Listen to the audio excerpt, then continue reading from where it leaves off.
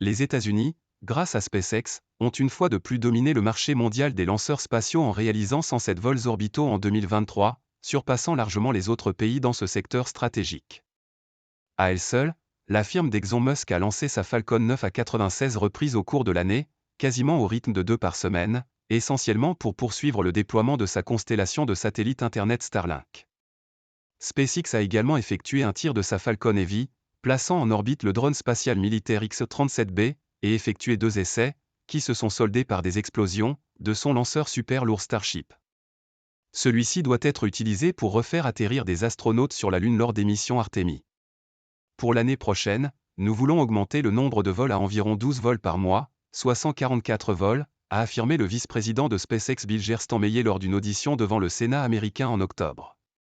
Face à la domination américaine, la Chine développe à grands pas son activité spatiale et a réalisé 67 lancements en 2023, contre 64 en 2022, selon SpaceNews.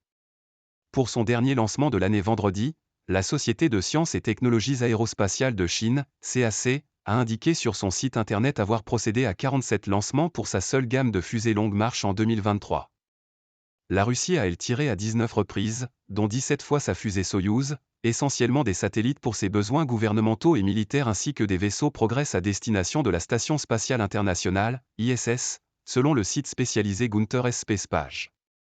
La fusée Electron de la société américano-néo-zélandaise Rocket Lab, un des rares mini-lanceurs opérationnels, a pour sa part été tiré à 9 reprises. Derrière arrive l'Inde, dont l'agence spatiale ISRO a procédé à 7 lancements au cours de l'année de ses fusées GSLV, PSLV et SSLV. L'ISRO peut également se targuer d'avoir réalisé le premier lancement de 2024, une fusée PSLV lancée lundi à 4h30 GMT ayant mis en orbite un satellite scientifique. L'Europe, en pleine crise des lanceurs, n'a elle effectué que 3 tirs en 2023, les 2 dernières Ariane 5 et une fusée Vega.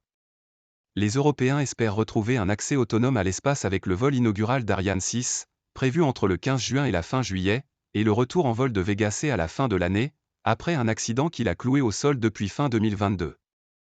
Le Japon a lui aussi effectué 3 lancements en 2023, dont un échec pour son nouveau lanceur l'Ourache 3.